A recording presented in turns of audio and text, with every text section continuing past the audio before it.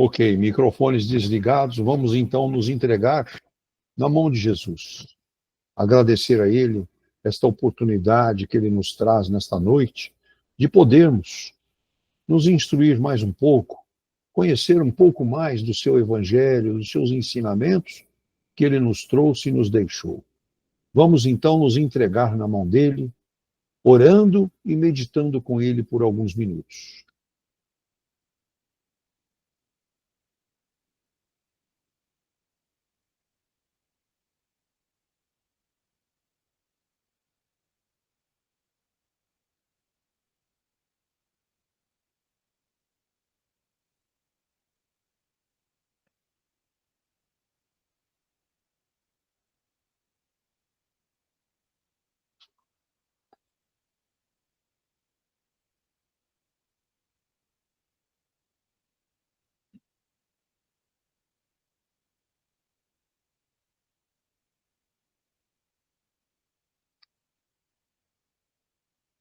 Muito bom. Momento gratificante, não é? Vamos também elevar os nossos pensamentos em amor, carinho, à doutora Adolfo Bezerra de Menezes Cavalcante. E toda a sua equipe está junto de nós neste momento, nos amparando, trazendo conforto a todas as nossas necessidades. Que a luz divina ilumine todos nós e seus caminhos. Que a paz de Jesus esteja em nossos corações. Muito bem. Hoje o capítulo 4 é o item 21 e 22, e hoje, excepcionalmente, aí o Sérgio vai fazer para nós a leitura. Sérgio, por favor. Então vamos lá. Item 21. Vejamos agora as consequências da doutrina antirreencarnacionista. Essa doutrina exclui necessariamente a preexistência à alma, e as almas sendo criadas ao mesmo tempo que os corpos. Não existe entre elas nenhuma ligação anterior. São, pois, completamente estranhas, umas às outras. O pai é estranho para o filho, e a união das famílias fica assim reduzida. Unicamente a filiação corporal, sem nenhuma ligação espiritual. Não haverá, portanto, nenhum motivo à vanglória por se ter entre os antepassados algumas personagens ilustres. Com a reencarnação, antepassados e descendentes podem ser conhecidos, ter vivido juntos, podem se ter amado, e mais tarde se reunirem de novo para estreitar os seus laços de simpatia. No item 22. Isso, no tocante ao passado, quanto ao futuro, segundo os dogmas fundamentais que decorrem do princípio antirreencarnacionista, a sorte das almas está irrevogavelmente fixada após uma única existência. Essa fixação definitiva da sorte implica a negação de todo o progresso, pois se há algum progresso, não pode haver fixação definitiva da sorte. Segundo tenham elas bem ou mal vivido, vão imediatamente para a morada dos bem-aventurados ou para o inferno eterno. Ficam assim imediatamente separadas para sempre, sem esperança de jamais se reunirem. De tal maneira que pais, mães, filhos, maridos e esposas, irmãos e amigos não têm nunca a certeza de se reverem. É a mais absoluta ruptura dos laços de família. Davidson, agora você tem a palavra para nos trazer mais sobre o assunto. Uma ótima noite a todos. Eu vou trazer aqui um pouquinho das grandes religiões, para a gente fazer uma comparação. O hinduísmo, lembrando que o hinduísmo foi uma forte influência dos capelinos, né? Capelinos que desceram ali na Índia, desceram no bom sentido, surgiram ali. A reencarnação faz parte, eles aceitam. Os ciclos familiares podem se repetir, mas eles têm como uma meta final romper esse ciclo de renascimento. Eles destacam isso, significando uma elevação. Portanto, quando para de reencarnar, nós temos o mesmo linha de pensamento, significa que evoluiu. E com relação aos laços familiares, eles reconhecem que o karma, muito usado mesmo aqui na nossa linguagem, pode reunir os mesmos espíritos em papéis diferentes. Filho mora com o pai. Bom, mas só relembrando, o karma, traduzindo ao pé da letra, significa ação, um ato ou alguma coisa feita. E é uma das leis centrais do hinduísmo. Na essência, a karma é a lei de causa e efeito moral, muito parecido com o espiritismo de Kardec. Cada ação, pensamento ou intenção, cada ação, pensamento ou intenção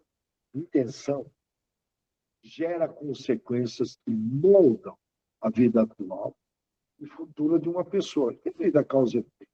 Portanto, nada se perde. O que se faz retorna de forma positiva ou negativa. Nessa vida ou também em futuras reencarnações. Porém o apego excessivo à família, no hinduísmo, sabe aquele apego à família, que a pessoa sofre, chora quando perde, é visto como um obstáculo muito grande à libertação espiritual.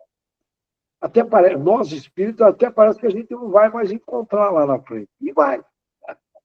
Mas, enfim, o pessoal, eu perdi. Muito comum o pessoal falar, eu perdi meu pai, eu perdi minha mãe. Não, perdeu.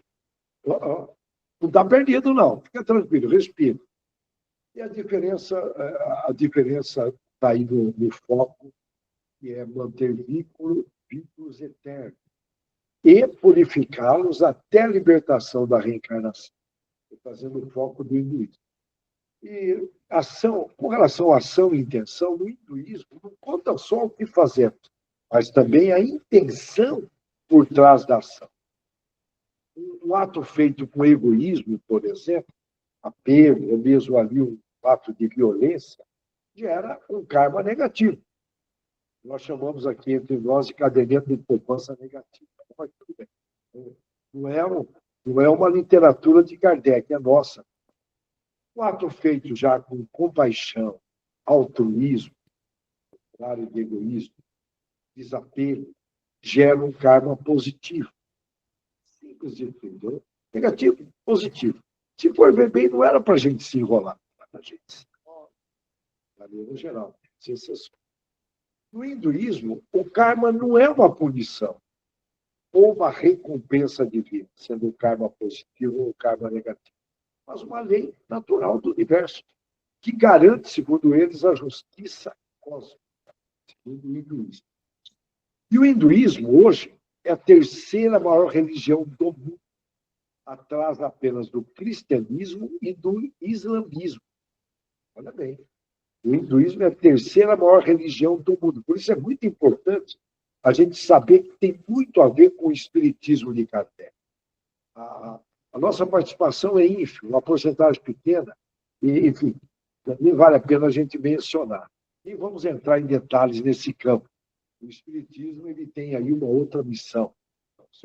Vai ser uma grande religião, mas contribuir com as outras religiões. Portanto, o hinduísmo é a terceira maior religião do mundo, com cerca de, guardem bem, 1,2 bilhão, aí já passou de 1 bilhão, é bilhões, né? Bilhões de fiéis. Portanto, 15% mais ou menos da população mundial. A Índia e Nepal juntos concentram 90% dos hindus do mundo. Grande religião. uma grande religião, e com certeza contribui muito com a energia mental do planeta. Contribui muito por ter esse pensamento mais ampliado. Já o islamismo, o islamismo que vem do Islã, o que ele ensina sobre a vida após a morte. A doutrina islâmica é centrada na ideia de que cada pessoa vive apenas uma vida terrena, apenas uma vida. Não tem essa de reencarnação entre os islamistas. Após a morte, a alma entra em um estado que é uma espécie de espera do dia do juízo final. Estou usando o termo juízo final, que é um termo católico, é muito parecido com a Igreja Católica. No dia do juízo, todos serão ressuscitados em seus corpos, e julgados por Alá, e terão como destino final o paraíso ou o inferno. Muito parecido com a Igreja Católica, eu estou aqui comparando na época, enfim, que o catolicismo foi evoluindo, e a Igreja Católica está passando por mudanças também. E a diferença aí essencial é, enquanto as tradições como o hinduísmo e o budismo falam num ciclo contínuo de mortes e renascimentos ou reencarnações, o Islã, portanto, defende a ressurreição única e julgamento final. Para os muçulmanos, os islamistas, a reencarnação negaria a justiça divina, a opinião deles, pois repare bem, cada alma teria várias chances de ser julgada por uma única vida. Na opinião deles, não tem sentido ficar ali dando muita chance. E, segundo eles, a mentalidade, acredito eu, surge uma acomodação. Eu falo, bom, eu vou reencarnar, então eu vou acertando, eu vou tocando devagar. Deixa a vida te levar. Lembra? Deixa a vida. Né? Fica nesse esquema. São, portanto, muito rigorosos e consideram muito que não tem essa de misericórdia divina. Não tem, na opinião deles. Portanto, apesar dessa posição oficial do sunita, são divididos em dois grupos, eu não vou entrar em detalhes, sunitas e xiitas. Essa é uma posição oficial do sunita e do xiita, desses dois grupos. Agora, são as duas maiores vertentes do Islã, mas tem outras vertentes, as pequenas vertentes correntes, místicas, que, mais ligado ao Oriente Médio, eles aceitam ideias semelhantes à reencarnação. Portanto, tem ali ideias divergentes dentro do islamismo. Mas isso não representa, portanto, essa minoria não representa a ideia central da ressurreição entre os islamistas. Com relação a laços familiares no paraíso, o Alcorão, norteio toda essa lei moral dos muçulmanos islamistas, diz que os justos serão justos, por isso que eu procuro direitinho o Alcorão, não é fácil, são vários livros, reencontrarão com seus descendentes e famílias no paraíso. Olha que legal. Diferença. Uma alternância de papéis entre ora se vê com filho, ora pai, mãe. O reencontro é definitivo e eterno. Aí se reencontra e é definitivo. Agora, vamos lá. Os ateus, vocês entendem o que nós estamos dizendo sobre ateus, né? Não acreditam em Deus. Não é uma religião.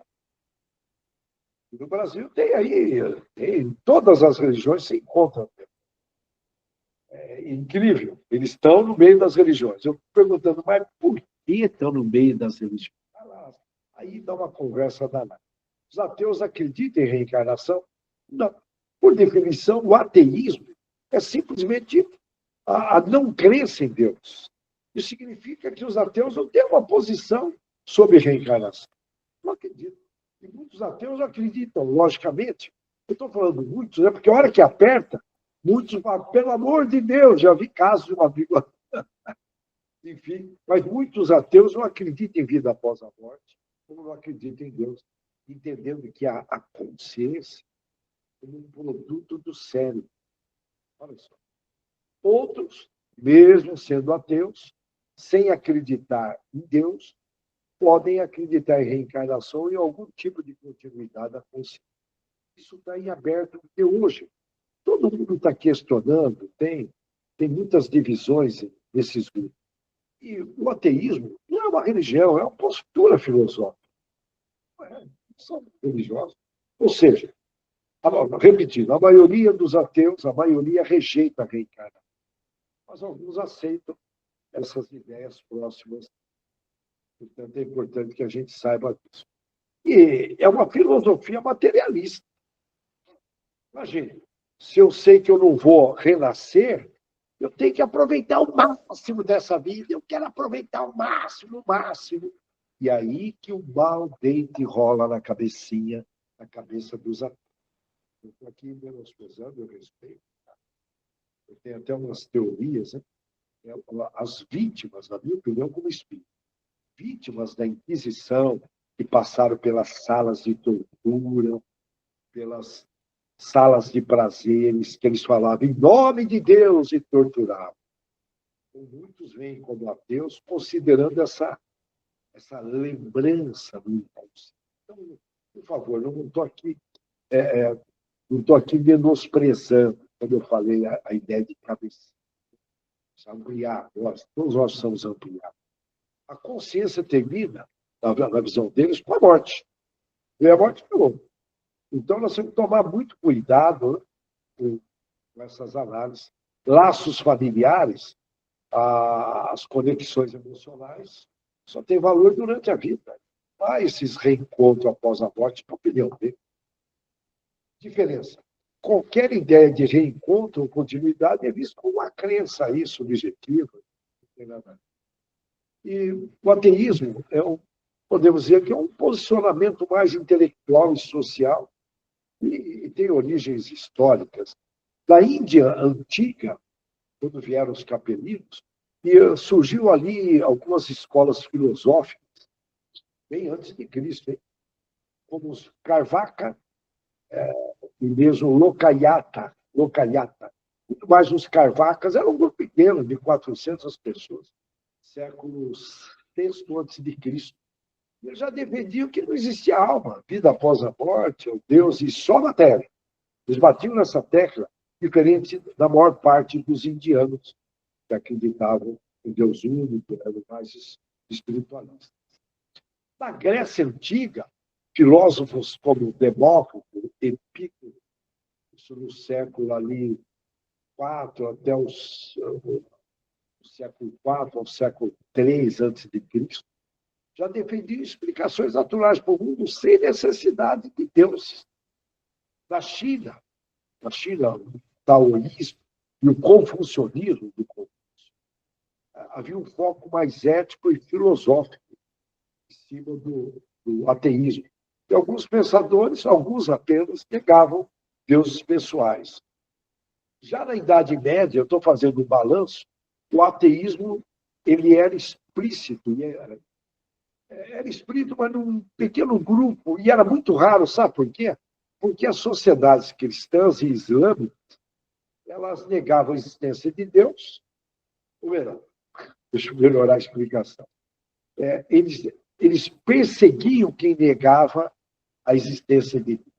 Consideravam aí algo muito grave, até com punição de morte. Portanto, olha, tanto as sociedades cristãs, isso na Idade Média, e os islâmicos, eles chegavam a perseguir quem negasse a existência de Deus. Olha só que interessante. Mas já existiam alguns pensadores críticos que já defendiam essa ideia ali por baixo do pano. Já na Idade Moderna, do século XVII ao século XVIII, o iluminismo da França, Libertina, Valentim, enfim, fraternidade, igualdade e liberdade, surgiram ali correntes críticas à religião, considerando lá dia de São Bartolomeu. A gente sabe que muitos protestantes foram pegos de surpresa, quantidade de morte em Paris numa noite única. Então, tem uma história, tem muita história aí negativa em cima das religiões. Então, acabam surgindo movimentos críticos que nós temos que respeitar. Tá? Eu não pensar assim, mas eu procuro respeitar e é compreensível. E, lógico, conforme vai evoluindo, entendendo que existe sim, esse mundo, e a gente vai estar conversando cada vez mais sobre isso. Bom, e aí, no século XIX em diante, o ateísmo, o ateu, né, o materialismo, né, junto com o ateísmo, ganhou uma força com o avanço da ciência. Darwin trazendo lá a teoria da evolução, a astronomia moderna, filósofos como Nietzsche, Marx, Marx, trouxe aí essas ideias comunistas, o tal do Marx, criticando a religião, e a gente vê em países comunistas, eles perseguem, enfim, Nicarágua, Venezuela, só dar uma pesquisada, vocês vão ver aí, onde o comunismo apresenta, o cristão tem que se esconder, não pode nem pensar. Portanto, esses camaradas aí, tanto Marx, Nietzsche, criticaram muito a religião e a ideia de... E hoje o ateísmo apresenta-se tanto aí uma corrente, podemos dizer, eu preciso ficar ligado ao horário, eu estou sem horário aqui, mas tranquilo. O Dankmar, me ajuda aí, a hora que estiver chegando no horário, eu tive um problema técnico aqui, eu estou usando o celular, mas eu não quero mexer nele, não. Eu tive tantos problemas, do jeito que está, tá legal.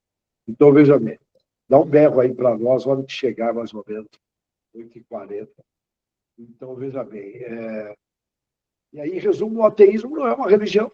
O ateu não é um religioso. E não acredita em Deus. E a maioria deles não acreditam, logicamente, em reencarnação. Estou sendo até repetido. Enfim, tem várias histórias nessa área. Em resumo, vamos resumir aqui.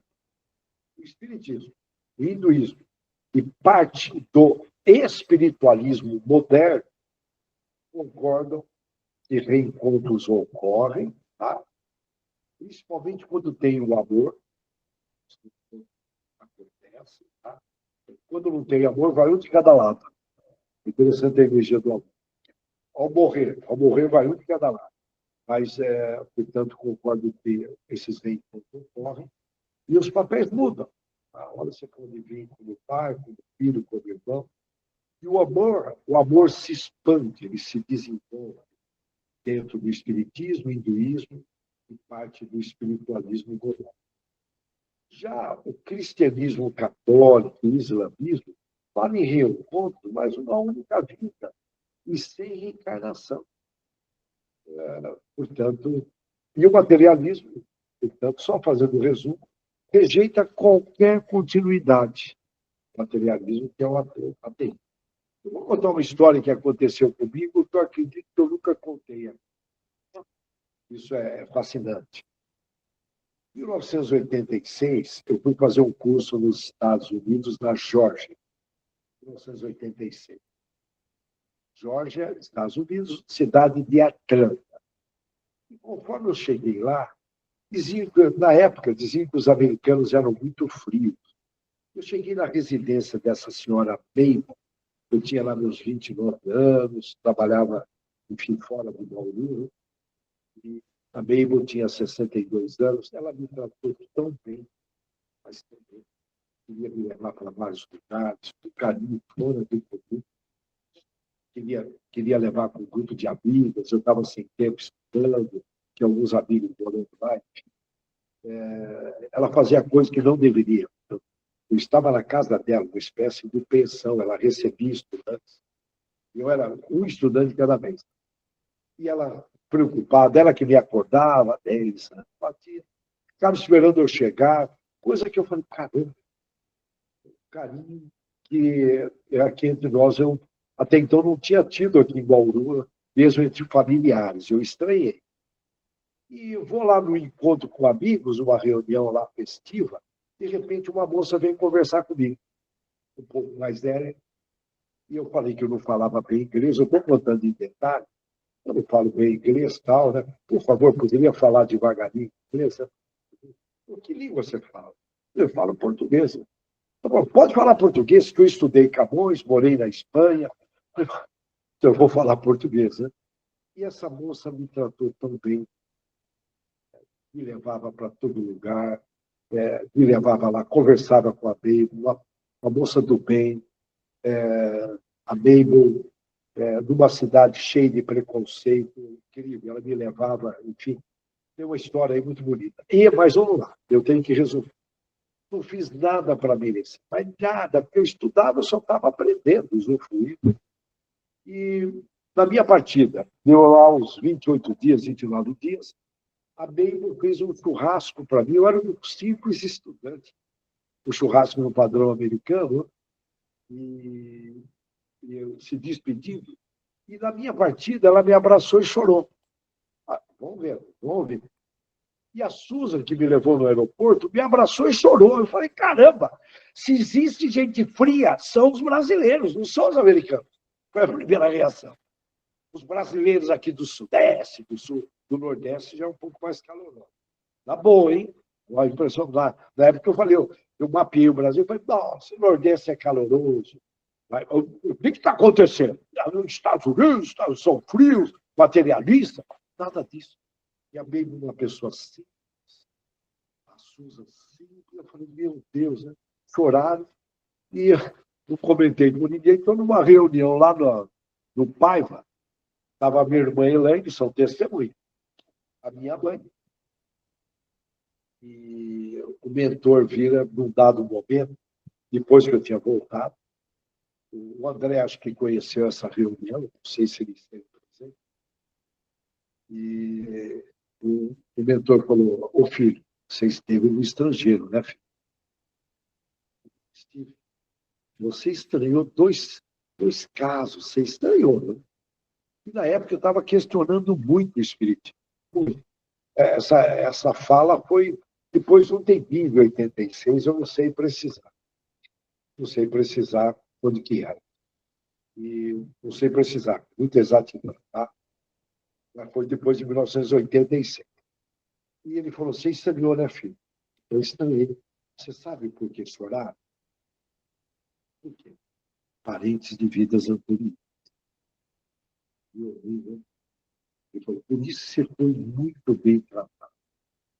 Eu não falei, depois eu falei para a minha irmã isso. Fui mais bem tratado lá do que aqui.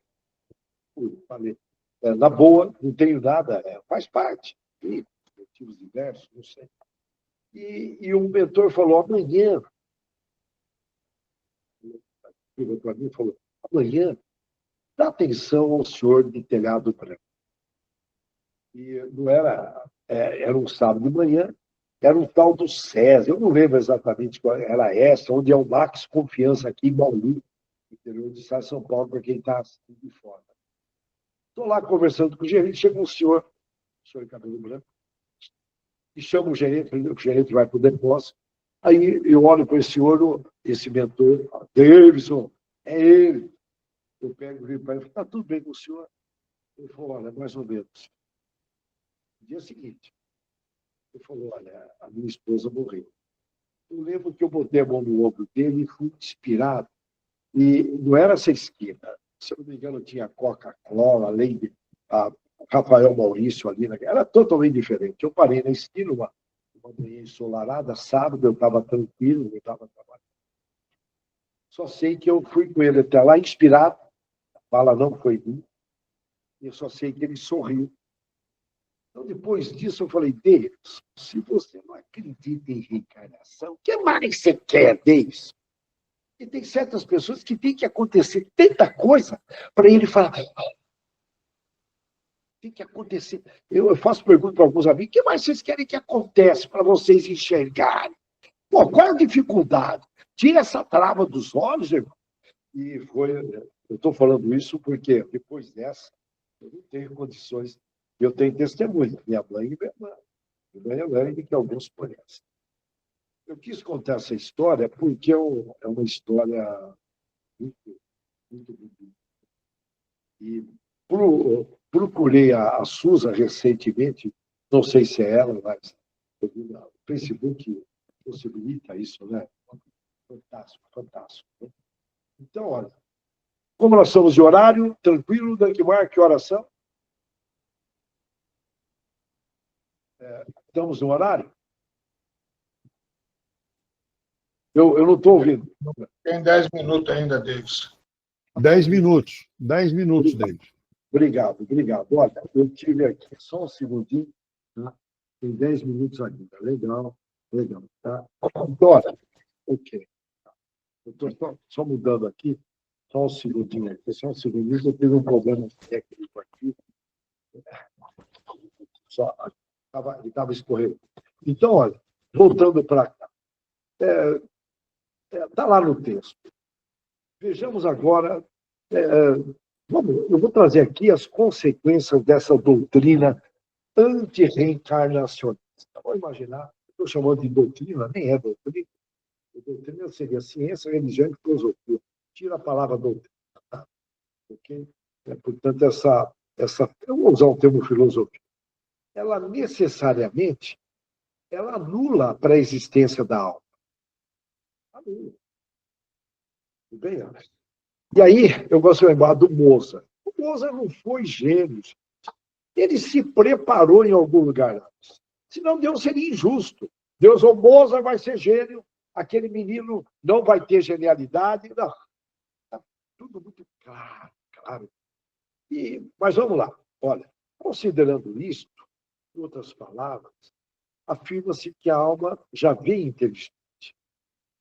Se eu considerar que não acredito em reencarnação. A ideia da inteligência ser adquirida é totalmente eliminada. E nessa linha de raciocínio, é dado para cada um, tudo leva a crer, sem critérios. Cada um vai ter, você vai ter essa inteligência. Mas eu sei que tem acadêmico, eu vejo o mundo acadêmico hoje é uma piada. Tem gente que não merece estar aí com alguns estudos, é uma piada. Bom, mas enfim. Então, você recebe inteligência, enfim, isso é algo injusto. E Deus é justo. Deus é justo. Deus é justo, ele não é injusto. E está lá no texto, sendo essas almas criadas ao mesmo tempo que os corpos, nenhum laço anterior há entre elas, que nesse caso serão completamente estranhas umas às outras. E a gente não percebe isso. A gente percebe, parece que eu conheço essa pessoa. E o amor, ele vai sendo desenvolvido através dessas reencarnações, ele vai se desenvolvendo até a gente chegar na sexta dimensão, que é o amor puro. Isso desconsidera, portanto, reforçando que o amor é desenvolvido através dessas várias reencarnações. Uma vida é muito pouco para se desenvolver no amor. E uma criança que morre com 10 anos? E um aborto, sabe aquele aborto que a mãe bebe, pula, é aquela coisa, a gente sabe o que é. Né? Eu estou aqui pegando um aborto, provocado inconscientemente. Enfim, mas tem aborto que o próprio espírito está sendo encarnado, ele desiste, ele provoca. Tem um bocado de alternativas aí que ocorre atrás do aborto. Mas tudo bem. Eu digo alternativas, vários fatores. Por sinal, né, se a gente parar para prestar atenção, eu, por exemplo, tive a oportunidade de conhecer alguns lugares, mas já estive. Mesmo em Atlanta, eu levei amigos, eu não bebo e eles beberam. É uma cidade, na época, de 2,5 milhões de habitantes, mas bem espaçada. Até hoje, eu não acredito que eu levei eles para casa. Eu não acredito. Era um bairro, enfim. Eles beberam, eu era o único ali a dirigir. Então, enfim. De alguma forma, aquela cidade não era estranha. Mas isso é um outro papo. Né? Mas eu estou aqui trazendo... Eu não tenho nenhum estudo acadêmico para falar sobre isso, mas eu percebi já 3 ou 4 localidades que eu falei, eu conheço. Pode ser déjà vu, pode ser, mas eu não vou perder tempo com isso não. E nessa linha de raciocínio, a mente do ateu é de planejamento de curto prazo. Ele acredita que terá apenas uma vida. E se ele tem ali alguns problemas, frustrações, aí os riscos são enormes. É risco de desejar algo, buscá-lo, custe o que custar, é grande. Então, a tendência de um ateu, mesmo porque ele está afastado, ele mora, estou dizendo que os ateus não são bonzinhos, ele tem muitos ateus bonzinhos. sendo que filtrar são mais evoluídos, têm aí seus motivos particulares para ser, enfim. Então, geralmente o ateu não olha, e não pensa. Então, a tendência é ser muito influenciado. Não estou generalizando, porque tem pessoas evoluídas aí, só está faltando um pouquinho, né, para acreditar. O próprio Santo Agostinho, a gente pega não dava muito moral para isso. E depois ele passou a dar. O Santo Antônio também, ele orando bastante. E essas condições facilitam, né? Portanto, a influência da ausência do facilita muito. E com isso dificulta o desenvolvimento do amor, que é a energia mais poderosa, que Jesus, se pegar todo o recado de Jesus, se desenvolva no amor. E, portanto, em uma vida só não é possível a gente aprender todas as virtudes cristãs. Portanto, sendo assim, numa vida, uma visão materialista, se eu prejudiquei alguém na vida anterior, eu não vou ter chance de corrigir e, consequentemente, a misericórdia divina que contempla o perdão e novas chances para resgatar e aprender desaparece. Enfim, eu vou dar uma aceleradinha. Aí, olha que interessante, uma pessoa que venha nascer no Vale do Silício da Califórnia é uma vantagem enorme sobre no intelectual, pessoa que nasce interior aí, vou pegar da África, sem estudo, tendo que pegar água a quilômetros, sem saúde. O sistema seria muito injusto, não tem sentido.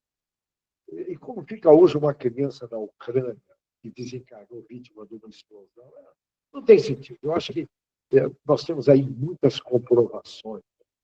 E, portanto, eu acho que dá para a gente resumir bem. Agora, tem uma parte aqui, eu estou enxugando um pouco, que eu desaprovo, eu acho que teve um erro de tradução do francês para o português. Porque está lá no texto lido.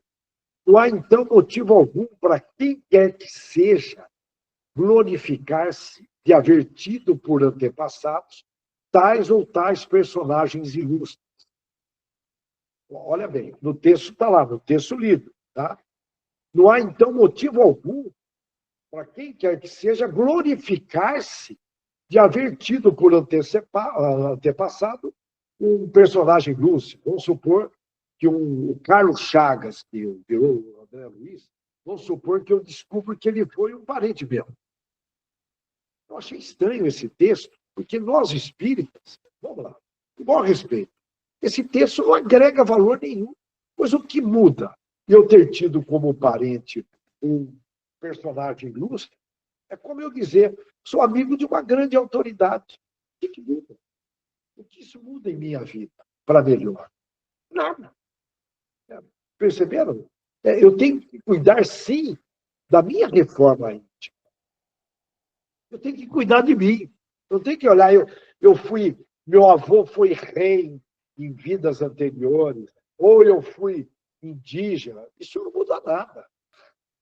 Porque uma vez que nós sabemos que existem as reencarnações. Então, eu digo, ter um parente que foi rei, ter um parente que foi o Elvis Presley, que muda, um cantor famoso. Um texto que não caiu bem aí no Evangelho. Lembra? Temos que lembrar. Seremos cobrados pelas nossas obras.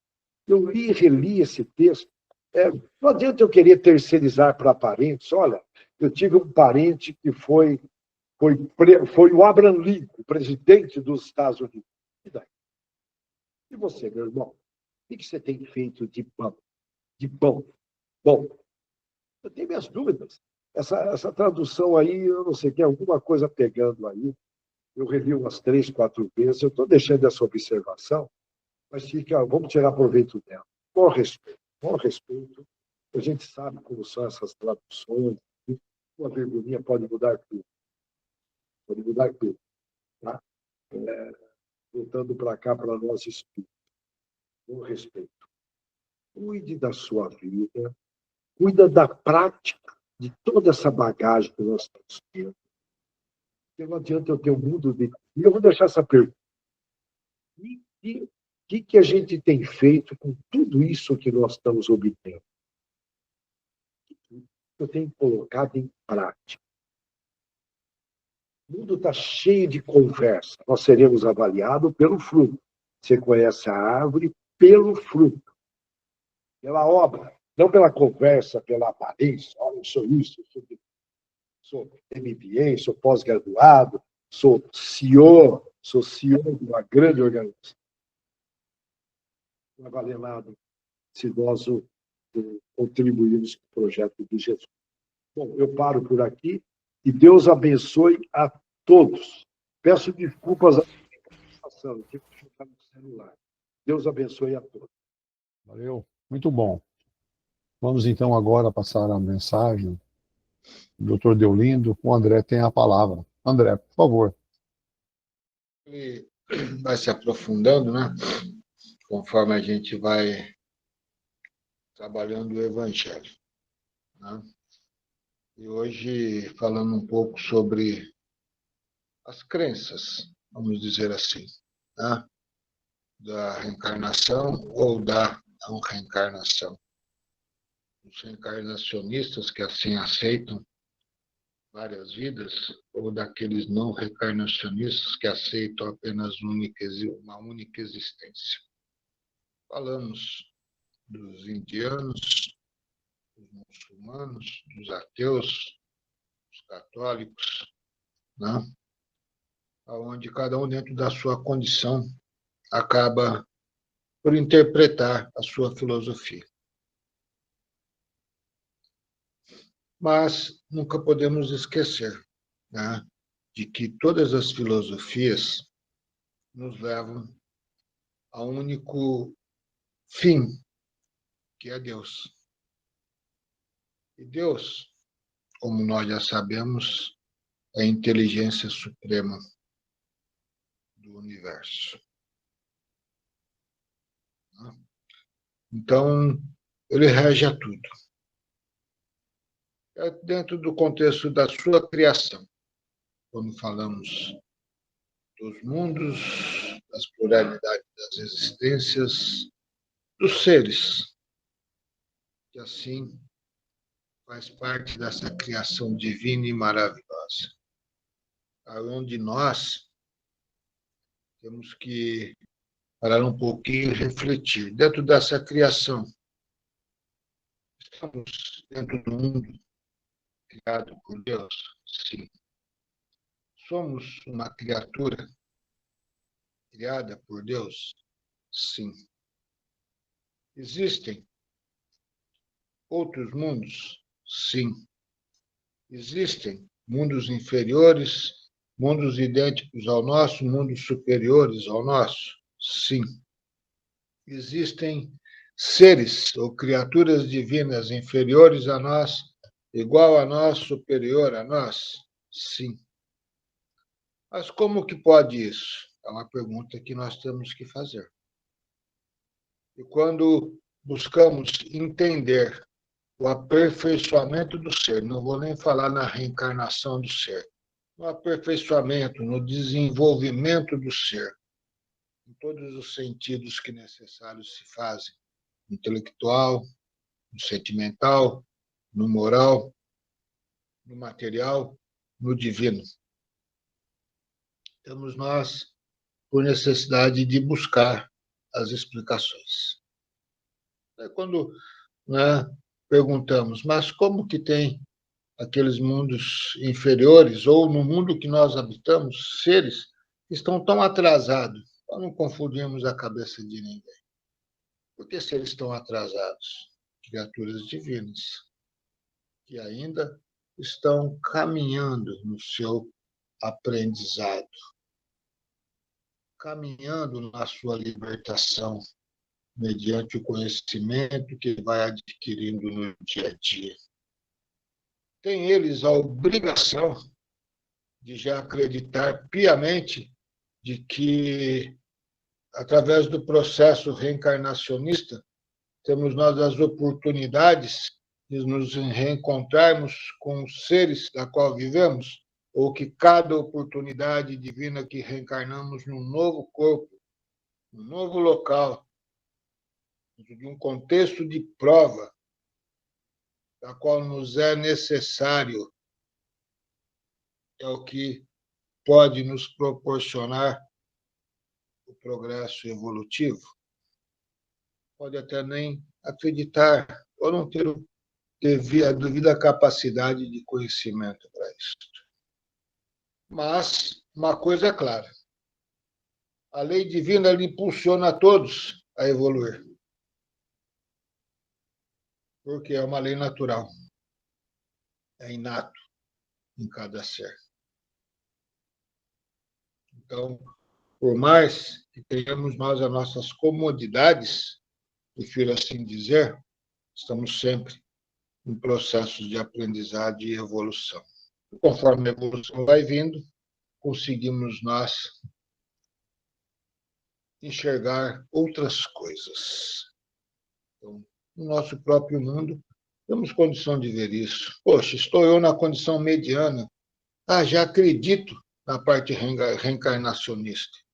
Posso até acreditar piamente a necessidade de reencarnar, a necessidade do convívio, a necessidade da prova pela qual tenho que passar, a necessidade do meu desapego, veja, para mim me libertar e assim galgar passos mais rápidos rumo à evolução. Posso ter tudo isso em mente. Mas tem um detalhe: isso só virá quando nós tivermos as atitudes condignas para que isso ocorra. Então, aquele que está no contexto ainda um pouco mais atrasado do que nós, pode estar caminhando ou não. Nós que estamos nessa condição mediana, podemos estar caminhando ou não. Onde não significa que apenas o conhecer ou acreditar nas vidas futuras nos dá o direito de ser melhor do que o próximo. Não. São as atitudes, são os pensamentos, são os sentimentos, são as responsabilidades da qual adquirimos. É saber viver e conviver com a sociedade, com nossos entes queridos, com nossos amigos, é saber compreender a lei de Deus, a sua íntegra, em todos os detalhes. No presente momento, não. Mas temos que compreender a lei de Deus quando se fala da lei do amor. Quando se fala da lei do amor, nós temos que compreender a Deus. Compreendendo a Deus, nós estamos caminhando. E temos a certeza de duas coisas nesse mundo. Primeiro, nascemos. Vou falar três coisas. Segunda, vivemos. Terceira, morremos. Neste mundo. A quarta coisa, o retorno à pátria espiritual. Mas eu não acredito, não tem problema. Não tem problema. Se você caminhou corretamente em tudo que essa lei do amor condiz, o seu despertar no mundo espiritual não será tão dificultoso. Por quê? Porque você já leva contigo uma bondade, você já leva contigo um sentimento diferente, você já leva contigo fluidos diferentes, você já leva contigo mentalidades diferenciadas por tudo aquilo que você conquistou na sua existência. O acreditar ou não acreditar na reencarnação fará muito pouca diferença. Falamos do ateu, ótimo, foi bem colocado. Sim, o ateu é aquele que não acredita em Deus. Como assim foi colocado? Ou seja, não acredita na figura, vou usar essa nomenclatura, na figura de Deus. Mas acredita que a lei do amor existe. Não vou generalizar, mas muitos acreditam que a lei do amor existe. Muitos se diz não acreditar em Deus, mas passa numa esquina, tem um pedinte ou alguém ali necessitado, ele vai lá, estende a mão, vai lá, faz uma oferta. Ele pode não acreditar em Deus, mas ele tem Deus dentro dele que ele nem sabe. Muitos acreditam em Deus, acreditam na reencarnação, passam naquela mesma esquina, pura e simplesmente ignoram. Então, são essas coisas que terá valor para esse contexto de processo evolutivo do ser. Mas, lógico, é importante, muito importante, quando nós vamos despertando no conhecimento, buscar entender o contexto da vida futura, sim. Não tem nem dúvida quanto a isso. Porque chegamos um pouco mais preparados. Mas se não estivermos preparados, estivermos na condição de ser um bom instrumento, Deus irá te capacitar. Então, que pensemos assim, né, e caminhemos. Não prejulguemos, que nem falou do indiano, né, do hinduísmo, né, acreditam piamente, sem nem dúvida, mas também acredito de que no animal tem uma alma que pode ter sido um parente dele no passado. E daí? Vamos julgar isso? Ah, está no estado atrasado muito grande, porque o animal não pode se misturar com o hominal. O mundo espiritual tem divisões para isso. O contexto, veja, de instinto e de inteligência é totalmente diferente uma da outra. A gente pode pensar um monte de coisa, certo? Mas é um contexto que o ser carrega consigo, que não é o que vai ter tanto valor, mas sim as suas atitudes, a sua dignidade como ser, como homem, como filho de Deus, como pai, como mãe, como irmão, como trabalhador, como religioso. Veja. Então, daí nós seguimos e cada um valorizando sua parte e aprendendo também a olhar e valorizar o seu próximo. Assim, né, caminhemos e evoluímos. Lá na frente, a vida futura será apenas o despertar de um sono da qual nós nos encontrávamos. Então, assim, que essa luz divina, o nosso divino e amado Mestre, possa sempre estar presente, juntamente, junto ao coração de todos, independente de como estejamos nesse momento. Porque podemos estar ansiosos, podemos estar tranquilos, podemos estar com dor, podemos estar com a saúde plena, podemos estar felizes ou podemos estar tristes. Independe. O importante é nós, nesse instante, nos recolhermos interiormente, libertando-nos de tudo aquilo que estava, que não está mais, a nos agredir diariamente. Vamos despertar em nós a esperança. Vamos despertar em nós a fé no Divino Amado Mestre, a fé em Deus, a fé em si mesmo, porque vós também é um filho de Deus. Jesus disse, sois deuses, desde que nós caminhemos condignamente para assim se fazer. E adquirimos assim a nossa liberdade espiritual. Nos protegemos, não deixamos que influências mentais nos atinjam, nos perturbem.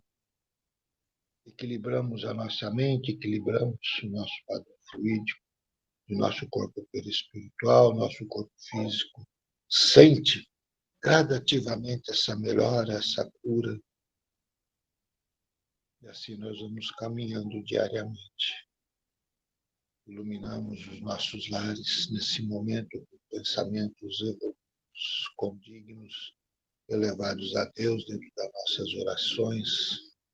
Envolvemos os nossos entes queridos que estão ali na sala, estão lá no seu quarto. com a energia que estamos a distribuir por esse ambiente sagrado chamado lar. Quantas coisas podemos nós realizar e, ao mesmo tempo, quantas coisas estamos nós a receber? Então, entregue-se nesse momento nas suas orações profundas, sinceras, repleta de amor, repleta de luz. Mentalize Jesus ao centro do seu lar, desse cômodo que vós está. E veja o quanto ele espalha os seus fluidos iluminados e curadores aos quatro cantos desse ambiente sagrado, envolvendo a todos. Vós que está dentro da sua casa, aonde seu quarteirão será envolvido. Vós que está dentro do seu apartamento, aonde aqueles que estão abaixo, aqueles que estão acima, aqueles que estão ao lado direito, aqueles que estão ao lado esquerdo também serão envolvidos. Vocês sentirão uma noite repleta de paz, de luz e de amor. Ó Mestre, de bondade, ó Mestre da luz, ó Mestre, que é o médico dos médicos, a Ti nós rogamos neste momento a todo esse bálsamo consolador, a esta humanidade, a esse povo brasileiro, Pai amado, que nunca perde a esperança, nunca desiste na sua caminhada, com muita humildade, apesar de muitas das vezes as dificuldades e o sofrimento. Mas iluminai-os para que assim, como representantes deste local que se condiz como o coração do mundo, a pátria do Evangelho, Pai, se concretize mediante a esse processo de evolução e de despertar de todos aqueles que ainda se encontram na sua obscuridade, Pai, para assim poderem realizar as suas obrigações cumpridas, pedidas e cumpridas perante o nosso divino Pai Celestial, que é Deus. De cada um tem que fazer o seu cadinho para que tudo assim se complete. Então, iluminai a todos, meu Pai, que assim seja.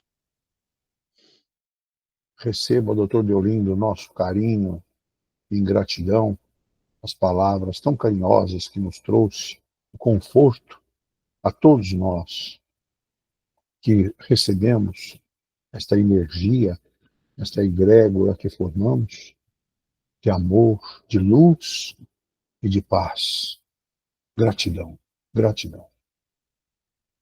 E em gratidão a tudo isso, ao nosso querido Mestre Jesus, pela oportunidade que nos proporcionou nesta noite, de estarmos unidos pelo amor, em nome dele, aprendendo um pouco mais do seu Evangelho, dos seus ensinamentos, nós vamos lhe dirigir a prece de Cáritas. Deus nosso Pai, que sois todo poder e bondade, dai força àqueles que passam pela provação, dai luz àqueles que procuram a verdade, ponde no coração do homem a compaixão e a caridade. Deus, dai ao viajante a estrela guia, ao aflito a consolação, ao doente o repouso.